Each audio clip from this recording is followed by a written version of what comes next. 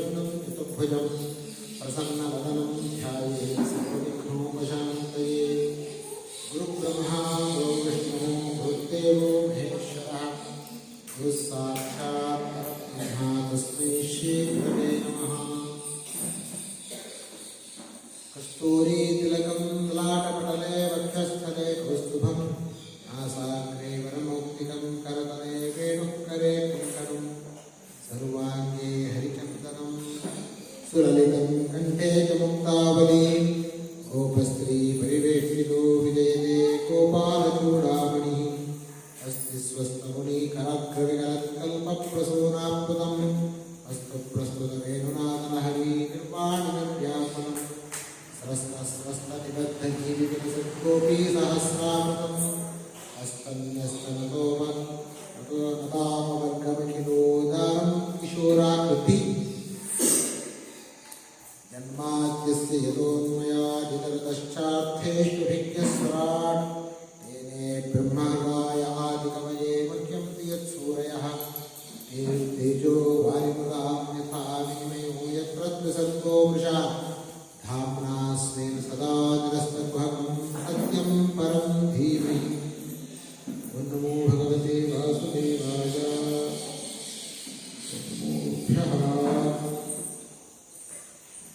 ಎಲ್ಲ ಭಗವದ್ಭಕ್ತರಲ್ಲಿ ಸದನೆಯ ವಿಜ್ಞಾಪನೆಗಳು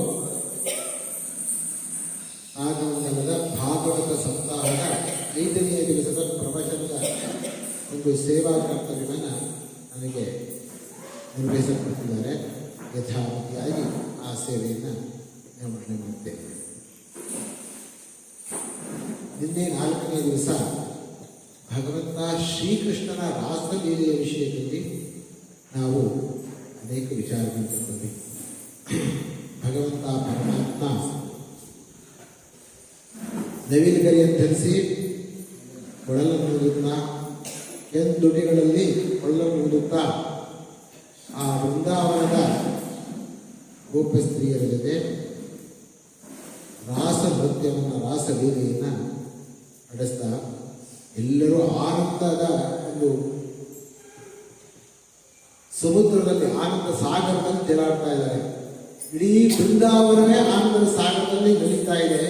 ಬೃಂದಾವನವೇ ಕುಣಿತಾ ಇದೆ ಅನ್ನೋ ಕಾಣ್ತಾ ಇದೆ. ಅದೇ ಬೃಂದಾವನ ಅಷ್ಟೇ ಅಲ್ಲ, ಇಡೀ ವಿಶ್ವವೇ ಕುಣಿತಾ ಇರೋ ಹಾಗೆ ಕಾಣ್ತಾ ಇದೆ. ಅಷ್ಟು ಆನಂದದಿಂದ ಇದೆ.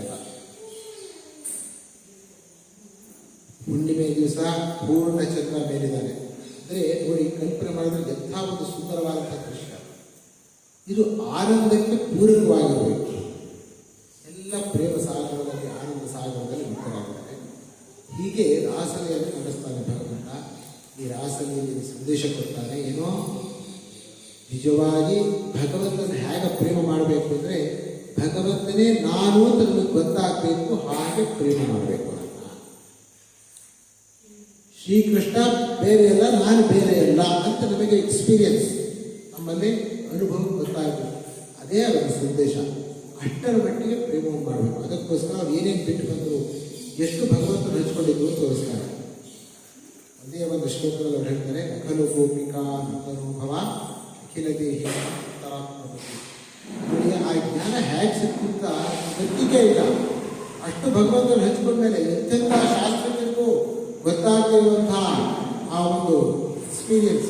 ನೀನು ಗೋಪಿಕಾ ನಂದನ ಅಲ್ಲ, ನಾವು ಬರೀ ವರ್ಜದಲ್ಲಿ ಬಂದ್ರಿ, ಇಲ್ಲಿ ಬಂದು ನಮ್ಮ ಜೊತೆ ಆಟ ಆಡೋಕೆ ಬಂದಿರುವಂತಹ ಒಬ್ಬ ಸಾಮಾನ್ಯ ಕೃಷ್ಣ ಅಲ್ಲ, ಸಕಲ ವಿಶ್ವದ ಎಲ್ಲ ಜೀವಿಗಳ ಅಂತರಾತ್ಮದಲ್ಲಿ ಹೃದಯದಲ್ಲಿರುವಂತಹ ನೀನು ಆ ಪ್ರೇರಕನಾದಂತಹ ಆ ಪರಮಾತ್ಮ ಸ್ವರೂಪನಾಗಿದೆಯಾ, ಸತ್ಯ ಸ್ವರೂಪನಾಗಿದೆಯಾ ಅನ್ನುವಂತಹ ಜ್ಞಾನವನ್ನು ಪಡ್ಕೊಂಡವರು ಇದೇ ನಿಜವಾದಂತಹ ಪ್ರೇಮದ ಗುರಿ. ಪ್ರೇಮ ಎಲ್ಲಿಗೆ ಹೋಗಲಿಲ್ಲ ಅಂತ ಹೇಳೋದು ಗೊತ್ತಾಗುತ್ತೆ. ಇದನ್ನು ತಿಳಿಸೋಕ್ಕೆ ಭಗವಂತ ಗಿರಿಯನ್ನು ತೋರಿಸಿದ್ರು. ಅದನ್ನು ಪಡ್ಕೊಂಡಂತಹ ಗೋಪಿಕಾಸ್ತ್ರೀಯರು ಮುಕ್ತರಾದ. ಹೀಗೆ ಭಗವಂತನ ಆರಾಧನೆಯಿಂದ, ಭಗವತ್ ಪ್ರೇಮದಿಂದ ಎಂಥ ಜ್ಞಾನ ಸಿಗತ್ತೆ ಅನ್ನೋದು ಗೊತ್ತಾಯಿತು. ಈ ಪ್ರೇಮವನ್ನು ಮಾಡ್ತಾ ಇರುವಾಗ ನಮಗೆ ಏನೇನು ಅಡ್ಡಿ ಬರಬಹುದು, ಏನೇನು ಇದಕ್ಕೆ ದೋಷ ಬರಬಹುದು ಅನ್ನೋದನ್ನು ಈ ಒಂದು ಕಥೆಯಲ್ಲಿ ನಿರೂಪಿಸಿ ಮಾಡ್ತಾರೆ. ಹಿಂದೆ ಭಾಗವತದಲ್ಲಿ ಹೇಳಿದ್ದೆ, ಧ್ರುವ ಚರಿತ್ರೆಯನ್ನು ಕೇಳಿದ್ವಿ. ಧ್ರುವ ಯಾವ ರೀತಿ ಭಗವಂತನ ಆರಾಧನೆ ಮಾಡಿದ ಅಂತ ಕೇಳಿದ್ವಿ. ಹಾಗೆ ಮುಂದೆ ದಕ್ಷ ಯಜ್ಞದ ಕಥೆಯನ್ನು ಕೇಳಿದ್ವಿ.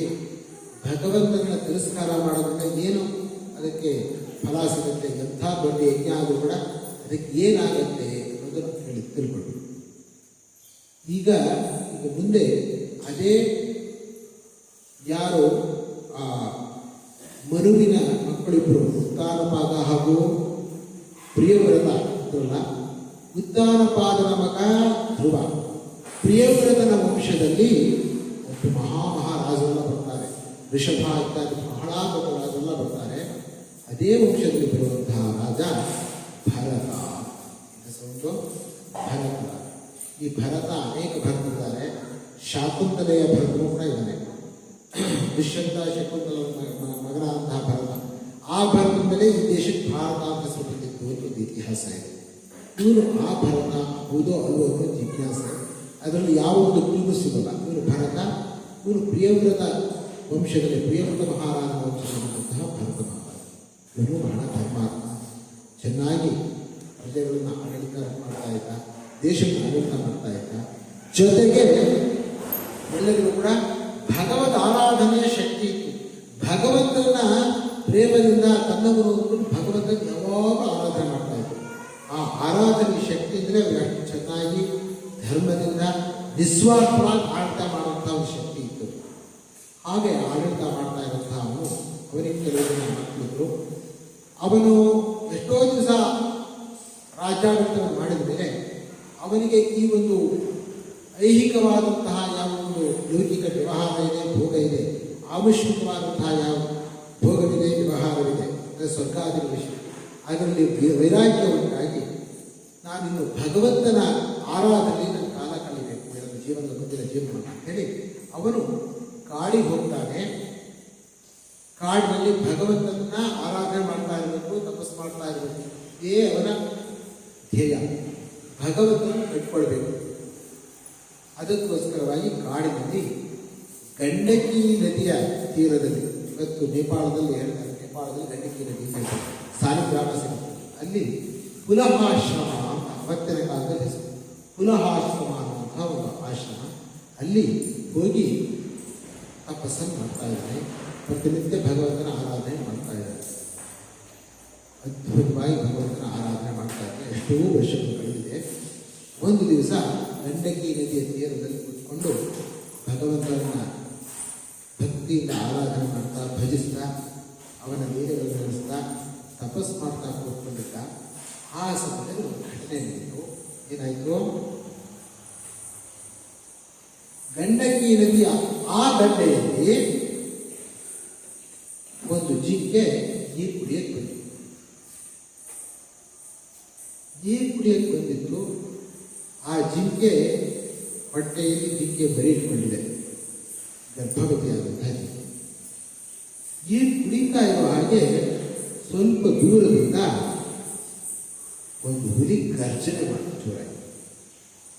ಆ ಹುಲಿಯ ಗರ್ಜನೆಯ ಶಬ್ದದಿಂದ ಹೆದರು ಬಿಟ್ಟು ಆ ಜಿಂಕೆ ಮೇಲೆ ದೂರ ನೆಗೆದು, ಆ ನೆಗೆದ ರಭಸಕ್ಕೆ ಕಾಲಿಗೆ ಪೆಟ್ಟಾಯಿತು.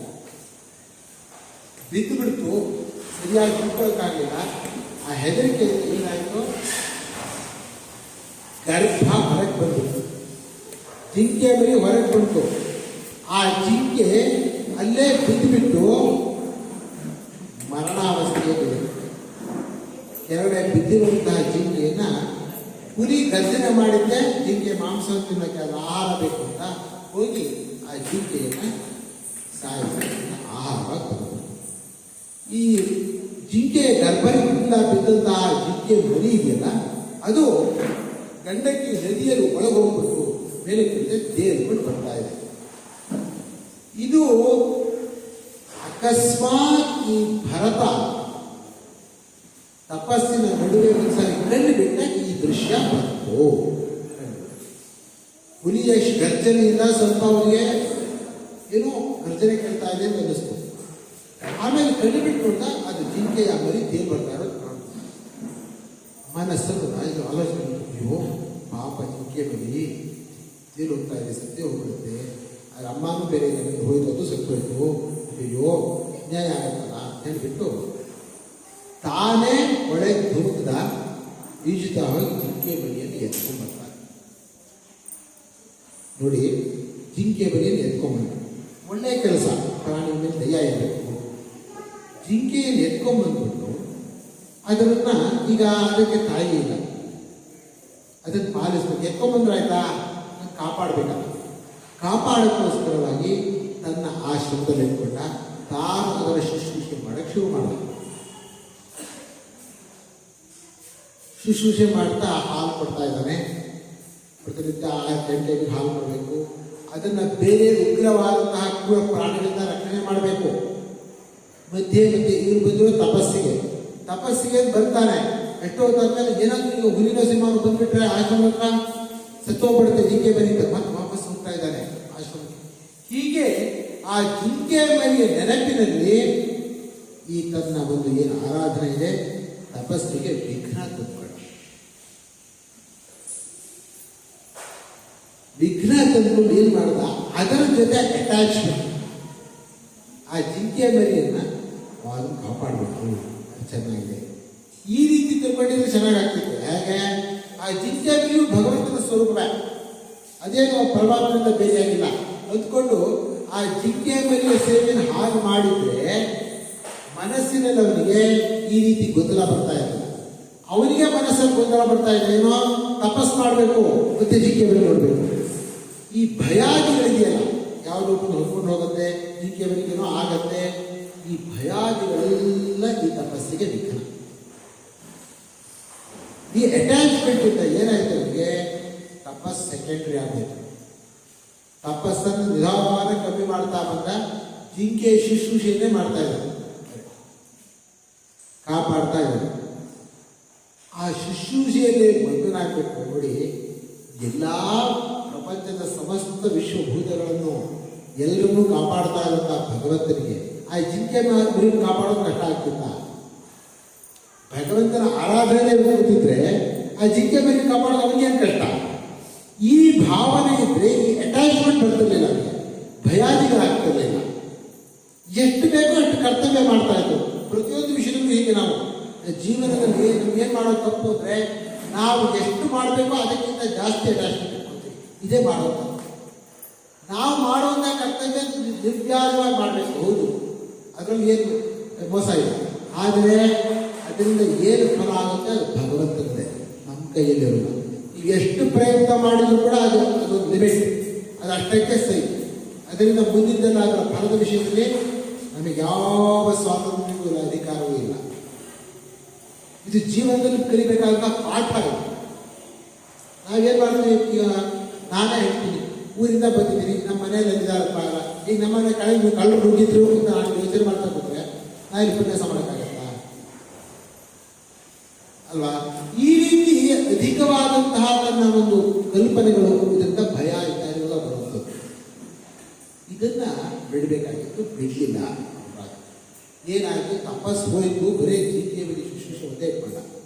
ಜಿಂಕೆ ಬೆಳೀತು, ದೊಡ್ಡದಾಯಿತು, ಅದನ್ನು ಉಳಿತು. ಈ ಸಮಯದಲ್ಲಿ ನಮಗೆ ಇದೇ ಒಂದು ಅವನ ವ್ಯವಹಾರದಿಂದ ಅವನ ಅಂತ್ಯಕಾಲ ಬಂದ್ಬಿಟ್ಟು. ಆ ಭರತ ಈಗ ಋಷಿಯಾಗಿದ್ದಾನೆ, ಅವನ ಅಂತ್ಯಕಾಲ ಬಂದ್ಬಿಟ್ಟು. ಕೊನೆಯ ಸಮಯದಲ್ಲೂ ಆ ಜಿಂಕೆಯನ್ನು ಪಕ್ಕದಲ್ಲಿ ಇಟ್ಕೊಂಡು, ಅಯ್ಯೋ ಆ ಜಿಂಕೆ ಏನೋ ಆಗುತ್ತೋ, ಇದನ್ನು ನೋಡ್ಕೊಳ್ಳೋ ಯಾರಪ್ಪ ಯಾರಿದ್ದಾರೆ ಅಂದ್ಕೊಂಡೆ ಪ್ರಾಣನೇ ಬಿಟ್ಟ. ಜಿಂಕೆಯ ಸ್ಮೃತಿಯಲ್ಲೇ ಪ್ರಾಣವನ್ನು ಬಿಟ್ಟ.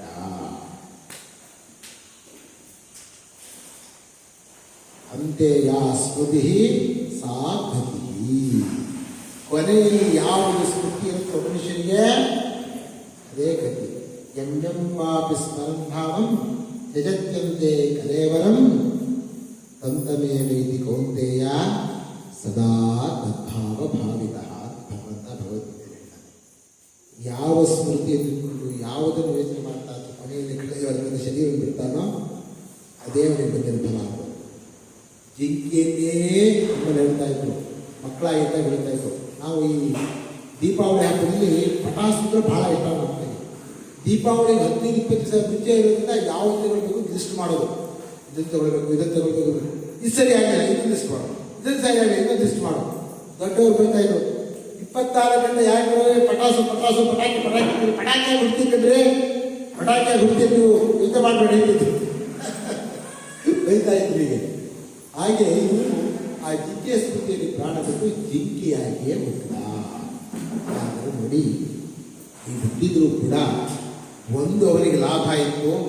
ಭಗವಂತನ ಆರಾಧನೆ ಮಾಡಿದ್ನಲ್ಲ, ಆ ಭಗವದ್ ಆರಾಧನೆಯನ್ನು ನಿರ್ವ್ಯಾಜವಾಗಿ ಯಾವುದೇ ಒಂದು ಸ್ವಾರ್ಥವಿಲ್ಲದೆ ಎಷ್ಟೋ ಮಾಡಿದ್ದರ ಫಲವಾಗಿ ಆ ಭಗವದ್ ಆರಾಧನೆ ನೆನಪು ಜನ್ಮಾಂತರದಲ್ಲೂ ಉಳಿಯುವವನಿಗೆ ಇದೇ. ನೋಡಿ, ಯಾರು ಭಗವಂತನನ್ನ ಯಾವ ಫಲಾಪೇಕ್ಷೆ ಇಲ್ಲದೆ ನಿರ್ವ್ಯಾಜವಾಗಿ ಆರಾಧನೆ ಮಾಡ್ತಾರೋ ಅವನಿಗೆ ಭಗವಂತ ಒಂದು ದಾರಿ ತೋರಿಸ್ತಾನೆ.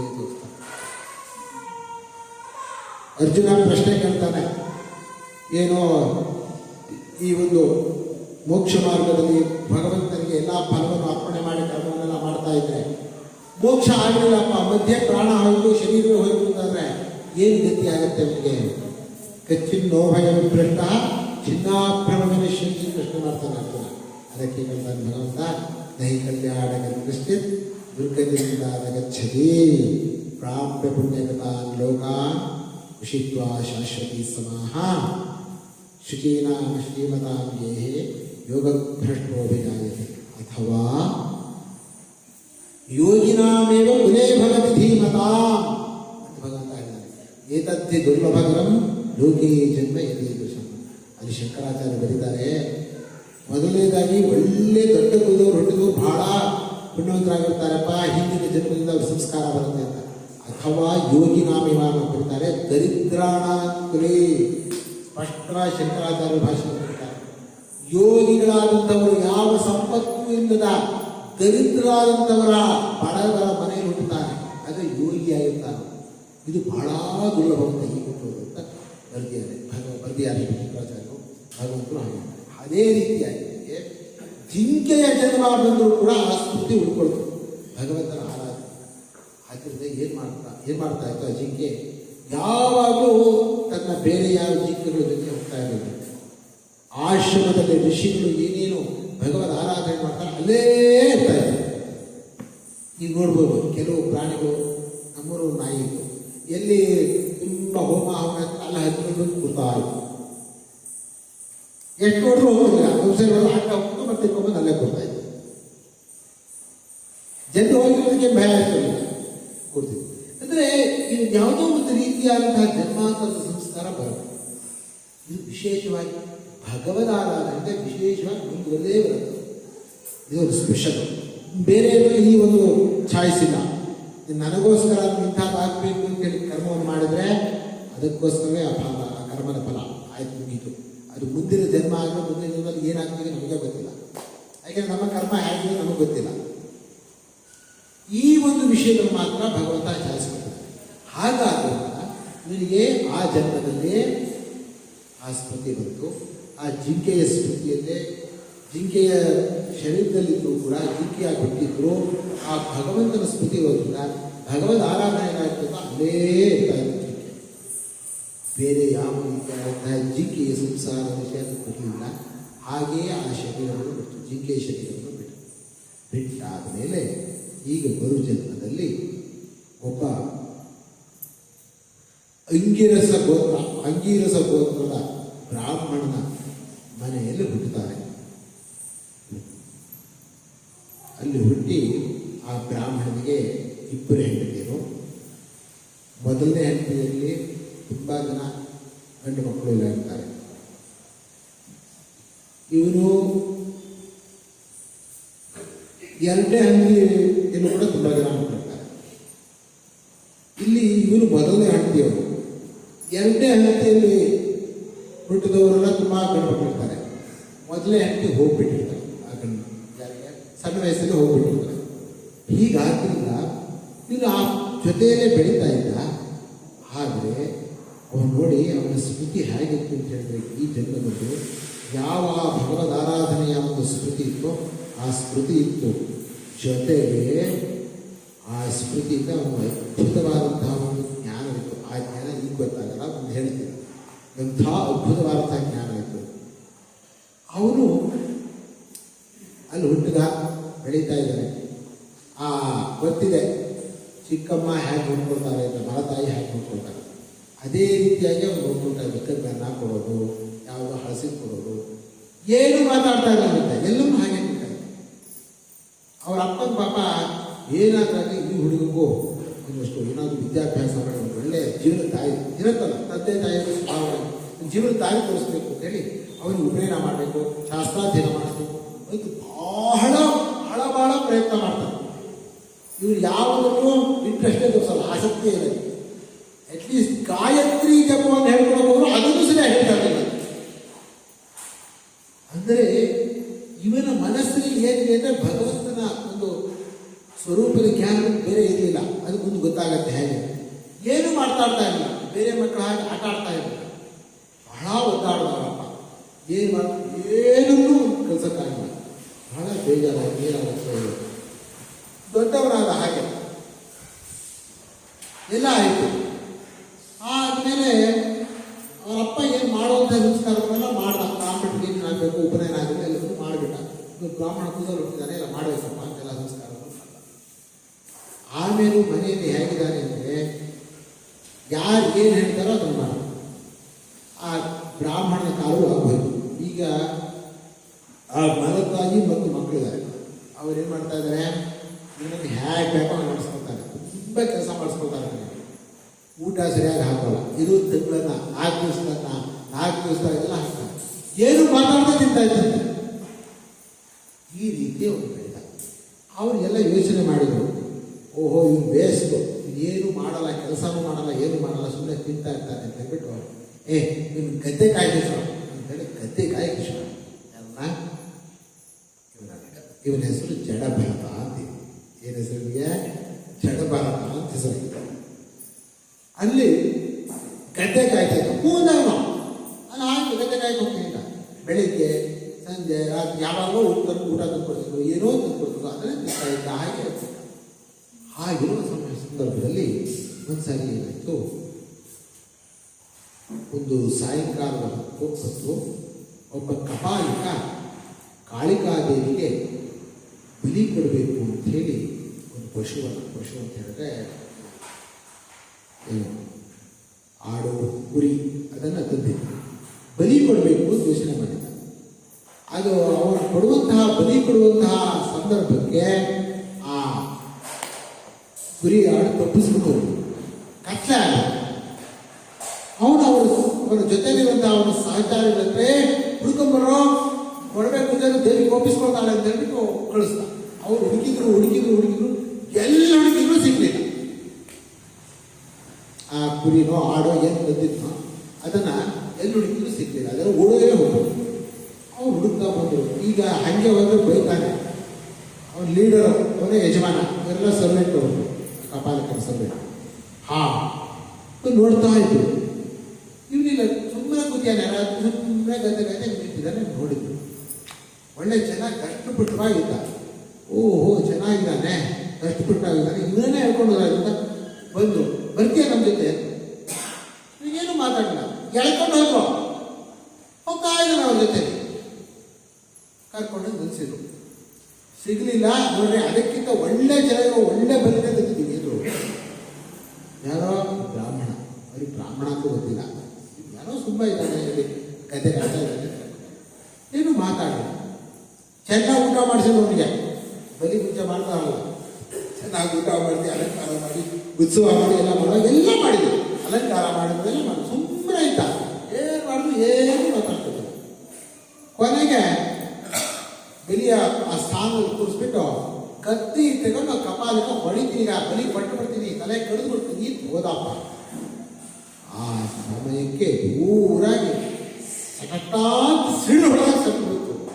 ಶಬ್ದ ಬಂದು ನೋಡ್ತಾರೆ, ಮಹಾಕಾಳಿ ದುರ್ಗಾಂಬ ಸಾಕ್ಷಾತ್ ಬಂದು ಸಹಿಸ್ಕೊಳ್ಳಿಲ್ಲ ಅವಳು. ಮಹಾಜ್ಞಾನಿಯವನು ಈ ಜ್ಞಾನಿಯ ಒಂದು ಬಲಿಯನ್ನ ಈ ಬಿಸಿ ತಡ್ಕೊಳಕ್ಕಾಗಲಿಲ್ಲ ಅವಳಿಗೆ. ಬಂದು ಆ ಕಪಾಲಿಕನ ಕತ್ತಿ ಇತ್ತಲ್ಲ, ಆ ಕತ್ತಿಯನ್ನೇ ತಗೊಂಡು ಕಪಾಲಿಕನೇ ಕಡ್ದಾಕ. ಕಪಾಲಿಕನ್ನು ಕಡಿದು ಅವರ ಜೊತೆಯಲ್ಲಿರುವಂತಹ ಅವರನ್ನು ಕಳೆದ್ಬಿಟ್ಟು ಅಲ್ಲಿ ಅವರ ಇದರಿಂದ ರಕ್ತದ ಹೋಗಳಿ ಮಾಡ್ಕೊಂಡ್ಬಿಟ್ಟು ಅವರನ್ನ ಬರೀಕೊಂಡ್ಬಿಟ್ಟು ಅಲ್ಲೇ ಇದು ನೃತ್ಯ ಮಾಡಕ್ಕೆ ಮಾಡ್ತಾರೆ. ಇವರು ಏನಿಲ್ಲ, ಸುಮ್ಮನೆ ಇದ್ದಾರೆ. ಎಲ್ಲ ಮಾಡಿದ್ರು, ಎಲ್ಲ ಆಯಿತು. ಆಮೇಲೆ ಮಹಾಕಾಳಿ ಇವ್ರು ಸುಮ್ಮನೆ ಆಶೀರ್ವಾದ ಮಾಡ್ಬೋದು, ಇವ್ರು ವಾಪಸ್ ಬಂದ. ಎಂಥ ಮಹಾತ್ಮರು ಆ ಭಗವತಿಗೆ ಇವನ ಒಂದು ಜನ್ಮದಿಂದಲೇ, ಇವನ ಒಂದು ನಡತೆಯಿಂದಲೇ ಸುಪ್ರೀತಿ ಆಗಬೇಕಾದ್ರೆ ಎಂಥ ಮಹಾತ್ಮ. ಹಾಗೂ ಯಾರಿಗೂ ನೀವು ಗೊತ್ತಾಗ್ತಾ ಇರಲಿಲ್ಲ, ಸುಮ್ಮನೆ ಇದ್ದ. ಮೂಕವತ್ ಜಡವತ್ ಬಧಿರವತ್ ಅಂತ ಹೇಳ್ತಾರೆ. ನಾನು ಮೂಕ, ಬಾಯಿ ಮಾತು ಬರೋನು ಆಗಿರ್ತಿದ್ದ, ಕಿವಿ ಕಳಿಸೋನು ಆಗಿರ್ತಿದ್ದ, ಮೂಢ ಏನಿಲ್ಲ ಮದ್ದ ಅನ್ನೋ ಥರ ಇರ್ತಿದ್ದ. ಮತ್ತೆ ಅಲ್ಲಿ ಬಂದು ಅದೇ ಜಾಗದಲ್ಲಿ ಕೂತ್ಕೊಂಡ. ಇಷ್ಟೇ. ಇನ್ನೂ ಒಂದಷ್ಟು ದಿವಸ ಆಯಿತು. ಒಂದೆರಡು ದಿವಸ ಆದಮೇಲೆ ಏನಾಯಿತು, ಒಬ್ಬ ರಾಜ ಆ ಕಡೆಯಿಂದ ಬರ್ತಾ ಇದ್ದ. ರಹುಗಣ ಅಂತ ಹೆಸರು, ರಹುಗಣ. ಅವನು ಬರ್ತಾ ಇದ್ದ ಆ ಕಡೆಯಿಂದ ರಾಜ. ಅವನು ಪಲ್ಲಕ್ಕಿ ಮೇಲೆ ಬರ್ತಾ ಇದ್ದಾನೆ. ಆ ಪಲ್ಲಕ್ಕಿ ಹೊರೋದಕ್ಕೆ ಒಬ್ಬ ವ್ಯಕ್ತಿ ಕಮ್ಮಿ ಆಗಿದೆ. 4 ಜನ ಬೇಕು ಪಲ್ಲಕ್ಕಿ ಹೊರಕ್ಕೆ. ಒಬ್ಬ ವ್ಯಕ್ತಿ ಕಮ್ಮಿ ಆಗಿದ್ದಾನೆ, ಸರಿಯಾಗಿ ಸಿಗ್ತಾ ಇಲ್ಲ, ಬಲವಾದವರಿಲ್ಲ, ಹುಡುಕ್ತಾ ಇದ್ರು. ಇವನು ಇರೋ ಜಾಗದಲ್ಲಿ ಮುಂದಕ್ಕೆ ಬಂದರು. ಅವರ ಸೈನಿಕರು ಭಟ್ರು ಹೊಡೆದ್ರು, ದಷ್ಟು ಪುಟ್ಟವಾಗಿದ್ದಾನೆ, ಬರಲೇ ಅವ್ರು ಹೇಳ್ಕೊಂಡು ಹೋದ್ರು. ಹೋದ. ಪಲ್ಲಕ್ಕಿನ ಹೊರಕೆ ಆದರು. ನೀನು ಮಾತಾಡಿಲ್ಲ. ಪಲ್ಲಕ್ಕಿಗೆ ಇಟ್ಕೊಂಡು ಹೊರಿಸಿದ್ರು. ಹೊರ್ಕೊಂಡು ಹೋಗ್ತಾ ಇದ್ದಾನೆ, ಮುಂದಕ್ಕೆ ಹೋಗ್ತಾ ಇದ್ರು. ಸ್ವಲ್ಪ ದೂರ ಹೋದ ಮೇಲೆ ಪಲ್ಲಕ್ಕಿ ಹೀಗೆ ಹೀಗೆ ಹೀಗೆ ಅಲ್ಲಾಡ್ತಾ ಇದ್ದ.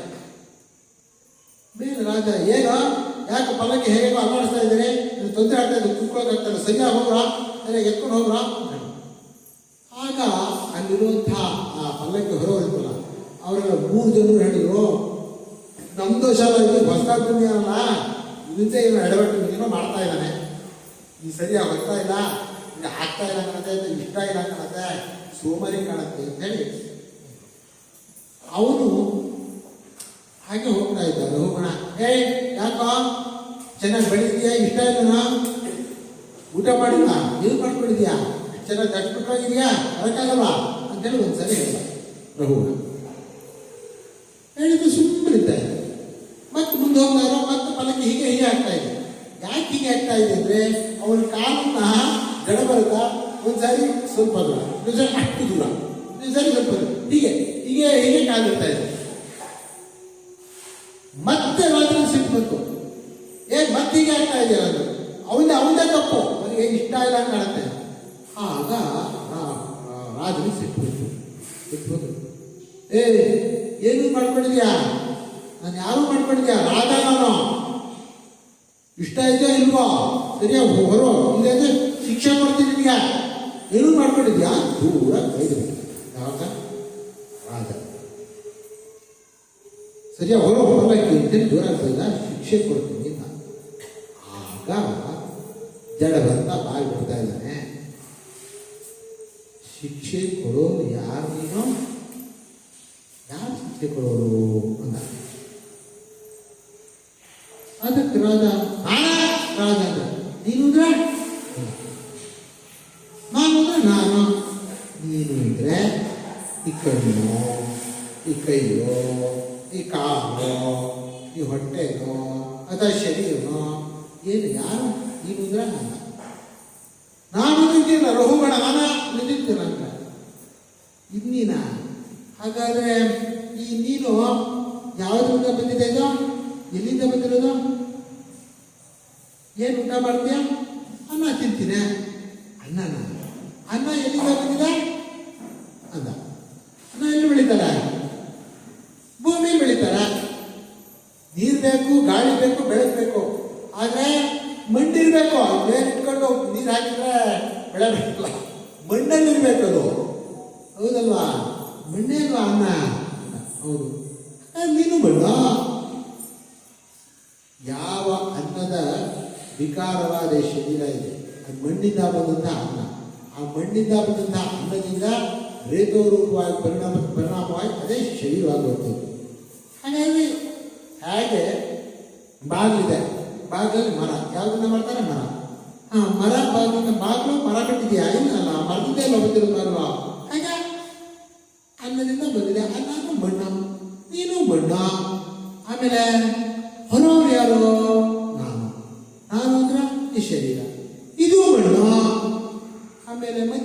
ಪಲ್ಲಕ್ಕಿ ಇದೆಯಲ್ಲ, ಆ ಪಲ್ಲಕ್ಕಿ ಯಾವಾಗ ಮಾಡಿದ್ದಾರೆ?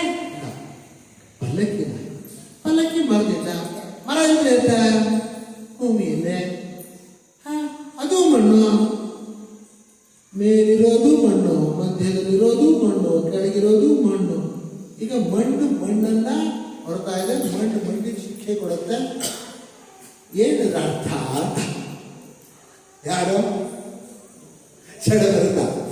ಮಣ್ಣಿಗೆ ಶಿಕ್ಷೆ ಕೊಡುತ್ತಂತೆ, ಮಣ್ಣನ್ನು ಹೊರಬಂತೆ ಎಂತದಪ್ಪ ಅಲ್ಲ. ಒಂದು ಕೂಡಲೇ ರಾತ್ರಿ ಫ್ಲಾಶ್ ಆಯ್ತು. ಸಾಮಾನ್ಯ ಅಲ್ಲ ಇವನು. ನಾನೇನೋ ಯಾರೋ ಒಬ್ಬ ಸಾಮಾನ್ಯ ವ್ಯಕ್ತಿ ಏನು ಗೊತ್ತಿಲ್ಲ ನೆಟ್ಟಿದೆ, ನಾನು ಹಾಗೇನು ಮಾಡಿಕೊಂಡಿದ್ದೆ, ಸಾಮಾನ್ಯ ಅಲ್ಲ ಅಂತ ಎಡದ ಕೆಳಗೆ ಅಕ್ಷೋ ಪಲ್ಲಕ್ಕಿನ ಕೆಳಗಿಡಿದು ದೀರ್ಘ ದಂಡ ನಮಸ್ಕಾರ ಮಾಡ್ತಾ ಇದ್ದಾನೆ. ಯಾರಿಗೆ? ಜಡಭರತ. ನೋಡಿ, ಈ ಜ್ಞಾನ ಜಡಭರತನಿಗೆ ಹೇಗೆ ಬಂತು? ನಾನು ಈ ಶರೀರವಲ್ಲ, ಇಂದ್ರಿಯ ಅಲ್ಲ, ಇದಕ್ಕಿಂತ ಬೇರೆಯಾಗಿ ನಾನೇ ಇರುವಂಥವ್ನು. ಈ ಶರೀರ ಇಂದ್ರಿಯ ನಾನು ಮಾಡ್ಕೊಂಡಿದ್ದಿಲ್ಲ, ಮಣ್ಣಿನಲ್ಲಿ ಬಿದ್ದಿರೋದು. ಒಂದ್ಸಾರಿ ಹೇಳ್ತೀನಿ, ನಾನು ನೋಡ್ತೀನಿ, ಒಂದ್ಸಾರಿ ನನ್ನ ಕಣ್ಣು ಹೋಗ್ತಾ ಇದೆ, ಒಂದ್ಸಾರಿ ನಾನು ನಡೀತಾ ಇದ್ದೀನಿ, ಒಂದ್ಸಾರಿ ನನ್ನ ಕಾಲು ಹೋಗ್ತಾ ಇದೆ. ಕಾಲನ್ನು ನಾನು ಅಂತೀನಿ, ನನ್ನ ಕಾಲು ಅಂತ ಹೇಳ್ತೀನಿ, ನಾನು ಕೈ, ನನ್ನ ಕೈ, ನನ್ನ ಕಣ್ಣು, ನಾನು ಕಣ್ಣು, ಎರಡೂ ಹೇಳ್ತಾ ಇದ್ದೀರ, ಯಾವ್ದು ಸರಿ ಅಂಥೇಳಿ ಈ ಪ್ರಶ್ನೆ ಬಂದಿತ್ತು. ಆಗ ಆ ರಘುಗಣ ಬಂದ, ನಮಸ್ಕಾರ ಮಾಡಿ, ಮಹಾತ್ಮ ಯಾರಪ್ಪ ನೀವು ನಿಜವಾಗಿ ಹೇಳೋ? ಸಾಕ್ಷಾತ್ ಪರಮೇಶ್ವರನೇ ರೂಪದಲ್ಲಿ ಬಂದಿದೆಯೋ, ನಾರಾಯಣ ರೂಪದಲ್ಲಿ ಬಂದಿಯಾನೋ? ಯಾರು ನೀನು? ಸಾಮಾನ್ಯ ಅಲ್ಲ ನೀನು. ಈ ಪ್ರಶ್ನೆ ಕೇಳಬೇಕಾದ್ರೆ ಸಾಮಾನ್ಯ ಅಲ್ಲ, ನನ್ನಿಂದ ಬಹಳ ತಪ್ಪಾಯ್ತು, ತುಂಬಾ ಬೈದು ಬಿಟ್ಟಿದ್ದೀನ ಅಂತೇಳಿ ಕ್ಷಮೆ ಕೇಳ್ತಾ ಇದ್ದಾನೆ. ಯಾರೋ? ರಘುಗಣ ಕ್ಷಮೆಯನ್ನು ಕೇಳಿ ಆಮೇಲೆ ಮುಂದೆ ಹೇಳ್ತಾನೆ, ನನಗೂ ಆ ರೀತಿಯಾದಂಥ ನಿನ್ನ ಜ್ಞಾನ ಇದೆಯೋ, ಆ ಜ್ಞಾನವನ್ನು ಹೇಳ್ಕೊಡು. ನಿಜವಾಗಿ ನಾನು ಅಂತ ಹೇಳ್ತೀರಾ, ನಾನು ಯಾರು ಅಂತ ಹೇಳ್ಕೊಡು, ಆ ಒಂದು ಜ್ಞಾನವನ್ನು ಕೊಡು ಅಂತ ಕೇಳ್ಕೊಳ್ತಾನೆ. ಆಗ ಜಡಭರತ ಉಪದೇಶ ಮಾಡ್ತಾನೆ, ನೋಡು, ಪ್ರಪಂಚದಲ್ಲಿ ಏನೇನಿದೆಯೋ ಎಲ್ಲವೂ ಕೂಡ ಒಂದಕ್ಕೆ ಉಪಕಾರಕವಾಗಿರುತ್ತೆ. ಉಪಕಾರ ಅಂದರೆ ಒಂದಕ್ಕೆ ಸಹಾಯ ಮಾಡ್ಕೊಂಡಿರೋ ಧರ್ಮ ಪ್ರಪಂಚದಲ್ಲಿ. ನಮಗೆ ಊಟ ಮಾಡೋಕ್ಕೆ ಅನ್ನ ಬೇಕು, ಆ ಅನ್ನ ಬೆಳೆಯೋಕ್ಕೆ ಸಸ್ಯ ಬೇಕು, ಆ ಸಸ್ಯಕ್ಕೆ ಮಣ್ಣು ಬೇಕು, ನೀರು ಬೇಕು, ಗಾಳಿ ಬೇಕು. ಹೀಗೆ ಆ ಅನ್ನವನ್ನು ತಯಾರು ಮಾಡೋರು ಬರಬೇಕು. ಹೀಗೆ ಪ್ರತಿಯೊಂದು ಕೂಡ ಒಂದಕ್ಕೊಂದಕ್ಕೆ ಉಪಕಾರವಾಗಿರುತ್ತೆ. ಎಲ್ಲರೂ ಒಬ್ರಿಗೊಬ್ರಿಗೆ ಉಪಕಾರ ಮಾಡೋರು, ಇದು ಪ್ರಕೃತಿಯ ಧರ್ಮ. ಆದರೆ ಇದೆಲ್ಲವೂ ಕೂಡ ಏನು ಉಪಕಾರವಾಗ್ತಾ ಇರುತ್ತೋ ಇದನ್ನೆಲ್ಲ ತಿಂದರೂ ನಾವು ಅದಕ್ಕೆ ನಾವು ಇನ್ನೊಬ್ಬರಿಗೆ ಉಪಕಾರವಾಗಿರಬೇಕು. ಒಂದು, ನಾವು ತಿಂದರೂ ನಾವು ಬೆಳೆದರೂ ಯಾವತ್ತೂ ಕೂಡ ಎಂದೂ ಶಾಶ್ವತವಾಗಿ ನಮ್ಮ ಜೊತೆಯಲ್ಲಿ ಇರೋದಲ್ಲ. ಪಲ್ಲಕ್ಕಿನೂ ಶಾಶ್ವತ ಅಲ್ಲ, ನಾನು ಅಂತ ಹೇಳ್ತಾ ಇರುವಂಥ ಈ ಶರೀರವೂ ಶಾಶ್ವತ ಅಲ್ಲ. ಇದು ಮಣ್ಣು, ಅದು ಮಣ್ಣು, ಎಲ್ಲ ಮಣ್ಣೆ ಆಗತ್ತೆ ಮನೆಗೆ. ಆದ್ದರಿಂದ ಶಾಶ್ವತವಲ್ಲ. ಯಾರು ನಿಜವಾಗಿ ನಮ್ಮ ಜೊತೆ ಯಾವಾಗಲೂ ಇರ್ತಾರೋ, ಯಾವಾಗಲೂ ನಮ್ಮ ಜೊತೆಯಲ್ಲೇ ಇದ್ಕೊಂಡು ನಮ್ಮನ್ನು ಬಿಟ್ಟು ಹೋಗಲ್ವೋ, ಆ ಸ್ವರೂಪವನ್ನು ನಾವು ತಿಳ್ಕೊಳ್ಬೇಕು. ಅದನ್ನು ನಾವು ತಿಳ್ಕೋಬೇಕು. ಯಾರಿಗೂ ಅದು ಎಲ್ಲೆಲ್ಲೂ ಎಲ್ಲ ಕಡೆಯಲ್ಲೂ ಎಲ್ಲವನ್ನೂ ಕೇವಲ ತಾನಾಗಿ ಅರಿತಾ ಇರುವಂಥದ್ದು. ನೋಡಿ, ಈ ಶರೀರದಲ್ಲಿ ಕಣ್ಣು ನೋಡುತ್ತೆ, ಕಣ್ಣು ರೂಪವನ್ನು ನೋಡುತ್ತೆ, ಕಿವಿ ಶಬ್ದವನ್ನು ಕೇಳುತ್ತೆ. ಕಣ್ಣಿಗೆ ಶಬ್ದ ಕೇಳೋ ಶಕ್ತಿ ಇಲ್ಲ, ಕಿವಿಗೆ ರೂಪ ನೋಡೋ ಶಕ್ತಿ ಇಲ್ಲ. ಮನಸ್ಸು ಇದೆಲ್ಲರ ಜೊತೆ ಹೋಗುತ್ತೆ. ಮನಸ್ಸಿನ ಜೊತೆಯಲ್ಲಿ ಕಣ್ಣಿದ್ರೆ ಮಾತ್ರ ಒಂದು ರೂಪ ಗೊತ್ತಾಗುತ್ತೆ. ಮನಸ್ಸಿಂದ ತಾನೇ ನೋಡಿದ್ರೆ ಗೊತ್ತಾಗೋದು. ಹಾಗಾಗಿಂದ ಮನಸ್ಸು ಜೊತೆಯಲ್ಲಿದ್ದಾಗ ಮಾತ್ರ ಆಯಾ ಇಂದ್ರಿಯಗಳು ಕೆಲಸ ಮಾಡುತ್ತೆ. ಅದು ಕೇವಲ ಮನಸ್ಸಿಗೂ ರೂಪ ನೋಡೋ ಶಕ್ತಿ ಇಲ್ಲ, ಅದಕ್ಕೆ ಕಣ್ಣು ಬೇಕು ಜೊತೆಗೆ. ಬರೇ ಮನಸ್ಸಿಗೂ ಕೇಳೋ ಶಕ್ತಿ ಇಲ್ಲ, ಮನಸ್ಸಿಗೆ ಕಿವಿ ಬೇಕು ಜೊತೆಗೆ. ಹೀಗೆ ಒಂದೊಂದನ್ನು ಅವಲಂಬಿಸಿ ಅದರ ಒಂದು ಕ್ರಿಯೆಯನ್ನು ಉಂಟು ಮಾಡುತ್ತೆ, ಅದರ ಜ್ಞಾನವನ್ನು ಕೊಡುತ್ತೆ. ಆದರೆ ಒಬ್ಬನಿದ್ದಾನೆ ನಿಮ್ಮ ಹೃದಯದಲ್ಲಿ, ಅವನು ಎಲ್ಲವನ್ನು ಡೈರೆಕ್ಟಾಗಿ ಇಟ್ಕೊಳ್ತಾನೆ. ಅವನಿಗೆ ಅಲ್ಲಿ ರೂಪ ಇದೆ, ಒಳ್ಳೆ ಸುಂದರವಾದ ಚಿತ್ರ ಇದೆ ಅಂತ ಗೊತ್ತು, ಅದನ್ನು ಕಣ್ಣು ನೋಡ್ತಾ ಇದೆ ಅಂತ ಗೊತ್ತು. ಆ ಕಣ್ಣು ನೋಡ್ತಾ ಇದೆ ಅಂತ ಮನಸ್ಸು ಆ ಕಣ್ಣಲ್ಲಿ ಇದೆ ಅನ್ನೋದು ಗೊತ್ತು. ಆ ಮನಸ್ಸಿನಿಂದ ಬುದ್ಧಿಯಿಂದ ನಿಶ್ಚಯ ಮಾಡ್ತಾ ಇದ್ದಾನೆ ಒಳ್ಳೆ ಚಿತ್ರ ಅಂತ ಅನ್ನೋದು ಗೊತ್ತು ಅವರಿಗೆ, ಗೊತ್ತು. ಒಂದು ವೇಳೆ ಚಿತ್ರ ಚೆನ್ನಾಗಿಲ್ಲ ಅಂದ್ರೆ ಅದು ಗೊತ್ತು ಅವರಿಗೆ. ಒಂದು ವೇಳೆ ಅಲ್ಲಿ ಇಲ್ಲ ಅಂತ ಹೇಳಿದ್ರೆ, ಅಲ್ಲಿಲ್ಲಪ್ಪ ಚಿತ್ರ ಇಲ್ಲ ಇನ್ನು ನೋಡೋದು ಇಲ್ಲ ಕಣ್ರೆ ಅಂತ ಹೇಳಿದ್ರೆ, ಆ ಇಲ್ಲ ಅಂತ ಹೇಳುವಾಗ ಇಲ್ಲ ಅಂತ ಹೇಳೋದಕ್ಕೆ ಯಾವ ಮನಸ್ಸು ವಿಚಾರ ಮಾಡ್ತೋ ಆ ಮನಸ್ಸಿಂದ ಇಲ್ಲ ಅಂತ ಹೇಳ್ತಾ ಇದ್ದಾನೆ ಇದು ಗೊತ್ತು.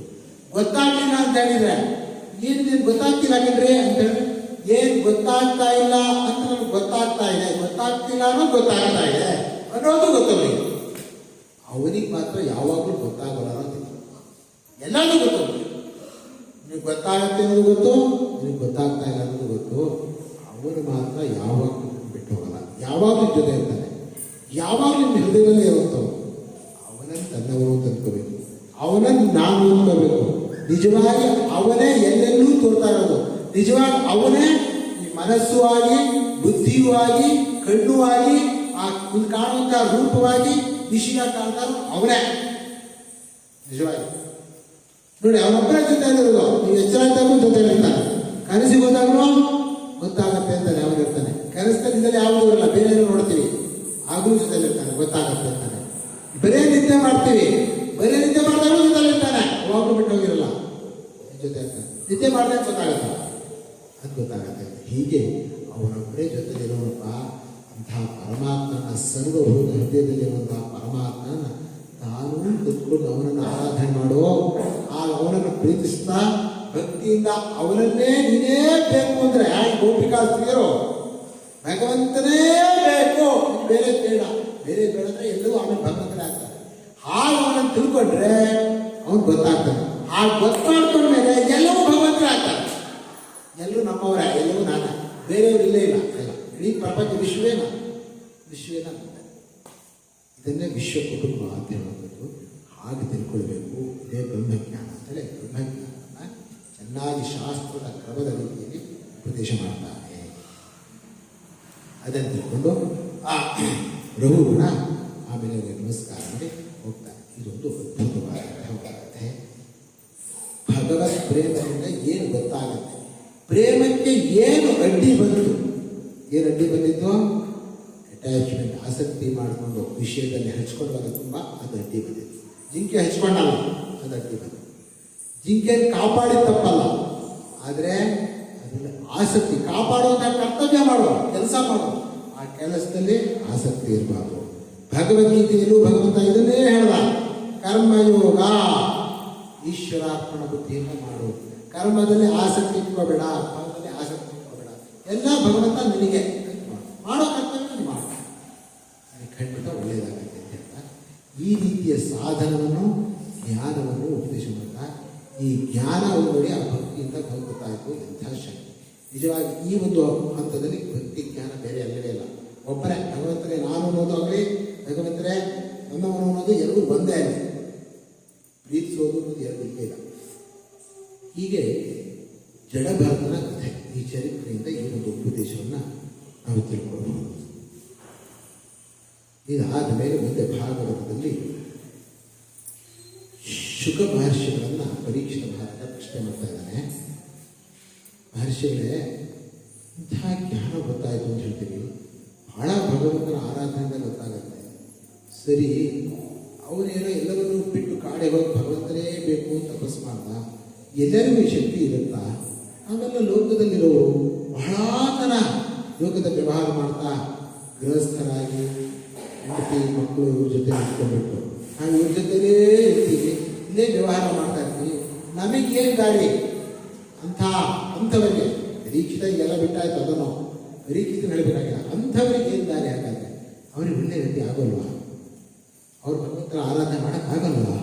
ಏನು ಹಾಗಾದ್ರೆ ಏನು ಪ್ರಶ್ನೆ ಕೇಳೋದು?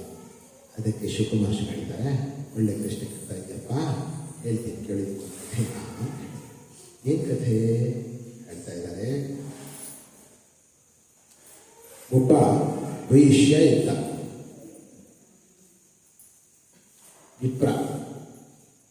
ವಿಪ್ರ ಅಂದರೆ ವೈಶ್ಯ ಮುಖ್ಯವಾಗಿ. ಅವನ ಹೆಸರು ಅಜಾಮಿಳ. ಏನ ಹೆಸರು? ಅಜಾಮಿಳ. ಅವನು ಲೋಕದಲ್ಲಿ ಎಲ್ಲರೂ ಹೇಗೆ ಹೆಂಡತಿ ಮಕ್ಕಳು ಅಂದ್ಕೊಂಡಿರ್ತಾರಲ್ಲ ಮನೆಯಲ್ಲಿ, ಅದೇ ರೀತಿ ವಿವಾಹ ಮಾಡ್ದ. ಬಹಳ ಸಂಪಾದನೆ ಮಾಡ್ದ. ಏನು ಮೊದಲನೇ ವೈಶ್ಯ, ಕೈ ಹಾಕಿದ್ದೆಲ್ಲ ಅವನು ಎಲ್ಲ ಚಿನ್ನ ಆಗ್ತಾ ಇತ್ತು. ಬೇಕಾದಷ್ಟು ಸಂಪಾದನೆ ಮಾಡ್ದ. ಎಲ್ಲ ಸಂಪತ್ತನ್ನು ಕೇವಲ ತಾನು, ನನ್ನ ಹೆಂಡತಿ, ನನ್ನ ಮಕ್ಕಳು ಇಷ್ಟರಲ್ಲ ಅದಕ್ಕೋಸ್ಕರ ಉಪಯೋಗಿಸ್ತಾ ಇದ್ದ. ಭೋಗದಲ್ಲೇ ಬದುಕ್ತಾ ಇಲ್ಲ ಇಷ್ಟೇ. ಬೇರೆಯವರು ಏನು ಒಂದು ಸ್ವಲ್ಪ ಕೇಳಿದ್ರು ಏನು ಕೊಡ್ತಾ ಇರಲಿಲ್ಲ. ಬಹಳ ಲೋಭಿ. ಅಷ್ಟೇ ಇಲ್ಲ, ಇನ್ನೊಬ್ಬರಿಗಿಂತ ಏನಾದರೂ ಜಾಸ್ತಿ ಸಂಪಾದನೆ ಮಾಡಿದ್ರೆ ಸ್ವಲ್ಪ ಟ್ಯಾಕ್ಸ್ ಮಾಡ್ತಾ ಇದ್ದ. ಅದಕ್ಕಿಂತ ಜಾಸ್ತಿ ಮಾಡಬೇಕು, ಅವ್ರಿಗೆ ಲಾಸ್ ಆಗಬೇಕು. ಈ ರೀತಿಯಾಗಿ ಲೋಭಿಯಾಗಿ ಜೀವನವನ್ನು ನಡೆಸ್ತಾ ಇದ್ದ. ಯಾರೋ ಅಜಾಮಿಳ ನಡೆಸ್ತಾ ಇದ್ದ. ಆದರೆ ಅವನಿಗೆ ಮಕ್ಕಳಿದ್ರು. ಕೊನೆಯ ಮಗ ಒಬ್ಬ ಇದ್ದ. ಅವನ ಹೆಸರು ನಾರಾಯಣ. ಅವನಿಗೇನಿಟ್ಟಿದ್ದ ಹೆಸರನ್ನ ಇದು ಭಗವಂತನ ಒಂದು ಲೀಲೆ. ಅಂಥ ಲೋಭಿಗೆ ಮಗನ ಹೆಸರು ನಾರಾಯಣ ಅಂತ ಬೇಕಾದ್ರೆ ಮನಸ್ಸು ಏನೋ ಒಂದು ಲೀಲೆ ಇಟ್ಟಿದ್ದ ನಾರಾಯಣ. ಸರಿ, ಹೀಗೇ ಕುಟುಂಬ ಕುಟುಂಬದಲ್ಲೇ ಹೆಂಡತಿ ಮಕ್ಕಳ ಜೊತೆ ಇಟ್ಕೊಂಡು ಅವ್ರ ಜೊತೆನೇ ಸುಖವನ್ನು ಅನುಭವಿಸೋದು, ಅವ್ರು ನೋಡ್ಕೊಳ್ಳೋದು, ಅವ್ರಿಗೆ ಇದು ಮಾಡ್ಕೊಳ್ಳೋದು, ಅನುಕೂಲ ಮಾಡ್ಕೊಳ್ಳೋದು, ಹೀಗೇ ಕಾಲ ಕಳೆಯಿತು. ಏನು ಕಾಲ ಕೇಳುತ್ತಾ? ಕಾಲ ಯಾರನ್ನೂ ಕೇಳೋದಿಲ್ಲ. ಯೌವನ ಕಳೆದು ವಾರ್ಧಕ್ಯ ಬಂದು ಕೊನೆಯ ಸ್ಟೇಜು ಬಂದುಬಿಟ್ಟು ಸಾವಿನ ಹಂತಕ್ಕೆ ತಲುಪಿಟ್ಟ. ಸಾವು ಕಳ್ಕೊಂಡಿದ್ದಾನೆ. ಆದರೂ ಕೂಡ ಅವನಿಗೆ ಮನಸ್ಸಲ್ಲಿ ಅಯ್ಯೋ ಮಕ್ಕಳೆಲ್ಲ ಇದ್ದಾರೆ, ಸಂಪತ್ತಿಗೆ ಏನು ಮಾಡಬೇಕು ಮನಸ್ಸಲ್ಲಿ ಯೋಚನೆ ಮಾಡ್ತಾ ಇದ್ದ. ಅದೇ ಸಮಯಕ್ಕೆ ಏನಾಯಿತು, ಮಲ್ಕೊಂಡಿದ್ದಾನೆ. ಇದ್ದಕ್ಕಿದ್ದಂಗೆ ಕಣ್ಣು ಮುಂದೆ 3-4 ಜನ ಭಟರು ಬಹಳ ಘೋರ ರೂಪರಾಗಿ ನುಗ್ಗಿ ಬರ್ತಾ ಇದ್ರೆ ಇಲ್ಲಕ್ಕ ಬಂದುಬಿಟ್ಟು, ವಿನಯ ಅಲ್ವಾ ಅಜಾಮಿಳ, ಸರಿ ಹಾಕು ಹಗ್ಗ ಪಾಶ ಹಾಕು, ಎಳ್ಕೊಂಡು ಹೋಗೋಣ ಅಂಥೇಳಿ ಪಾಶ ಹಾಕ್ತಾ ಇದ್ರಿಗೆ ಬೀಸಿದ್ರು. ಪಾಶ ಹಾಕಕ್ಕೆ ಬೀಸಿದ್ಮೇಲೆ ಹೆದರ್ಕೊಂಡ್ಬಿಟ್ಟ. ಭಯ ಆಯಿತು. ಭಯ ಎಷ್ಟಾಯಿತು, ಎಲ್ಲ ಮೈಯೆಲ್ಲ ಬೆಳ್ತಾ ಇದೆ. ಅಲ್ಲೇ ಎಲ್ಲದೂ ಬಂದ್ಬಿಡ್ತು, ಇದು ಎಲ್ಲ ಬಂದ್ಬಿಡ್ತು. ಭಯ ಆಯಿತು. ಅಲ್ಲಿ ನೋಡ್ದ, ಏನು ಮಾಡಿದ್ರು ಹಿಂಗೆ ನೋಡ್ತಾ ಇದ್ದ. ಅಲ್ಲಿ ಪಾಪ ಸಣ್ಣ ಮಗು ನಾರಾಯಣ ಅಲ್ಲಿ ಓಡಾಡ್ತಾ ಇದ್ದ. ನಾರಾಯಣ ತಂದ ಹೇಳಿದ್ದ ಯಾರನ್ನ? ಮಗನನ್ನ. ನಾರಾಯಣ ಕೂತ್ಕೊಂಡ ಬಾಯಿಯಿಂದ. ಅದು ಏನು ಭಗವಂತನ ಇದೆಯೋ ಗೊತ್ತಿಲ್ಲ. ನಾರಾಯಣ ಅಂದು ಕೂಡಲೇ ಅವನ ಕಣ್ಣು ಮುಂದೆ ಇನ್ನು 4 ಜನ ಬಂದರು. ಬಹಳ ಶಕ್ತಿವಂತರು, ಕೈಯಲ್ಲಿ ಖಡ್ಗಾದ್ರು ನಿಂತ್ಕೊಂಡಿದ್ದಾರೆ, ಸ್ಫುರದ್ರೂಪಿಗಳು ಬಂದರು. ಸೀದಾ ಬಂದಿದ್ದು ಮೊದಲು ಪೂರ್ವವಾಗಿದ್ರಲ್ಲ ಅವನ್ನ, ಏಯ್ ಬಿಡವನ್ನ ಅಂದರು. ಅವರು ಏನು ಬಿಡ, ನೀನೇನು ಬಿಡಬೇಕು? ನಾನು ಯಮಕಿಂಕರು. ಏನು ಯಮಕಿಂಕರು? ನಾವು ವಿಷ್ಣು ದೂತರು, ಪರಮಾತ್ಮ ವಿಷ್ಣು ಜೊತೆಯಿಂದ ಬಂದಿರೋರು. ಬಿಡೋಣ ಸಲ್ಸು. ಯಾಕೆ ಆಯುಸ್ ಮುಗೀತು? ಇವರಿಗೆ ಕೇಳ್ತಾ ಇದೆ ಎಲ್ಲ ಮುಗೀತು. ಅವ್ನು ಕರ್ಕೊಂಡು ಹೋಗ್ಬೇಕು, ನಮ್ಮ ಧರ್ಮ, ನಮ್ಮ ರಾಜ ಅರ್ಪಣೆ ಮಾಡಿದ್ದಾರೆ. ನಿಮ್ಮ ರಾಜ ಏನೋ ಗೊತ್ತಿಲ್ಲ. ಅವನಿಗ ನಮ್ಮ ಪತಿ, ನಮ್ಮ ಒಡೆಯ ನಾರಾಯಣ ಹೆಸರು ಕರೆದಾಯ್ತು. ಬಿಡು ಹೋಗು, ಆಯ್ತು ನಿಮಗಿಲ್ಲ ಜಾಗ ಅಂದ್ರು. ಓಡಿಸ್ಬಿಟ್ಟು ಅವಾಗ ನಡೀತಿಲ್ಲ, ಓಡಿಸ್ಬಿಟ್ಟು ಪಾಶ ಓಡು. ನಾರಾಯಣ ಓಡೋರು. ಈಗ ಇವನಿಗೆ ಭಯ ಇಲ್ಲ. ಆ ಸಮಯದಲ್ಲಿ ಹೆಸರು ಹೇಳಿದ್ರಿಂದ ಭಯ ಹೋಯಿತು. ಆಮೇಲೆ ಅವರು ಇವನಿಗೆ ನಮ್ಮ ಒಡೆಯನ ಹೆಸರು ಹೇಳಿದಾನೆ, ಒಳ್ಳೇದಾಗುತ್ತಿದೆ ಅಂತ ಹೇಳ್ಕೊಂಡು ಎಲ್ಲ ರೀತಿಯಾದಂಥ ಆಶೀರ್ವಾದ ಮಾಡಿ ಇವರು ಹೊರಟು. ಇವನಿಗೆ ಇದೆಲ್ಲವನ್ನು ನೋಡ್ತಾ ಇದ್ದಲ್ಲ, ಒಂದಷ್ಟು ನೋಡ್ದ, ಏನಿದಾಯ್ತಲ್ಲ, ಇದು ಭ್ರಮೆನ ಏನು ಅಂತ ಮುಟ್ಟೋಡ್ಕೊತಾನೆ. ಭ್ರಮೆ ಅಲ್ಲ, ಎಚ್ಚರವಾಗಿದ್ದಾಗ ಇವನು ಯೋಚನೆ ಮಾಡ್ದ. ಅಲ್ಲ, ಬಹಳ ಭಯವಾಗಿತ್ತು, ಎಳ್ಕೊಂಡು ಹೋಗ್ಬಿಡ್ತಿದ್ರು. ನನ್ನನ್ನು ಬಿಡಿಸಿದ್ರಲ್ಲ ಬಂದು ಅವರು, ಎಂಥ ಬ್ಯಾಳಗಲ್ಪ ಅವರು. ನಾನು ಏನು ಮಾಡಿದ್ದೆ ಇದರಿಗೆ ಯೋಚನೆ ಮಾಡ್ತಾ ಜೀವನದಲ್ಲಿ. ಒಂದೇ ಒಂದು ಒಳ್ಳೆಯ ಕೆಲಸವನ್ನು ಮಾಡಿಲ್ಲ. ಕೊನೆಗೆ ಮಾಡಿದ ಒಂದೇ ಒಂದು ಒಳ್ಳೆ ಕೆಲಸ ಏನೋ ನಾರಾಯಣ ಹೀಗಿತ್ತು ಅಂತೆ. ಈ ಪರಮಾತ್ಮನ ಹೆಸರು ನಾರಾಯಣನ ನಾರಾಯಣ ಅಂತ, ಅದು ಪರಮಾತ್ಮನ ಹೆಸರು ಅಂತೂ ಗೊತ್ತಿಲ್ಲ. ಅಂತಹ ಪರಮಾತ್ಮನ ಒಂದು ನಾಮವನ್ನು ಕೂಗಿದ್ರಿಂದ ನನಗೆ ಇಂಥ ಕಷ್ಟ ದುಃಖ ಭಯ ಎಲ್ಲ ಹೋಯ್ತಲ್ಲ. ಇನ್ನು ಜೀವನದಲ್ಲಿ ಪೂರ್ತಿ ನಾನು ಇದನ್ನೇ ಮಾಡಿಬಿಟ್ಟಿದ್ರೆ ನಾನು ಹೇಗಿರ್ಬೋದಿತ್ತು ತೆಗೆಸ್ಕೊಟ್ಟು. ಇದು ಭಗವಂತನ ಅನುಗ್ರಹ.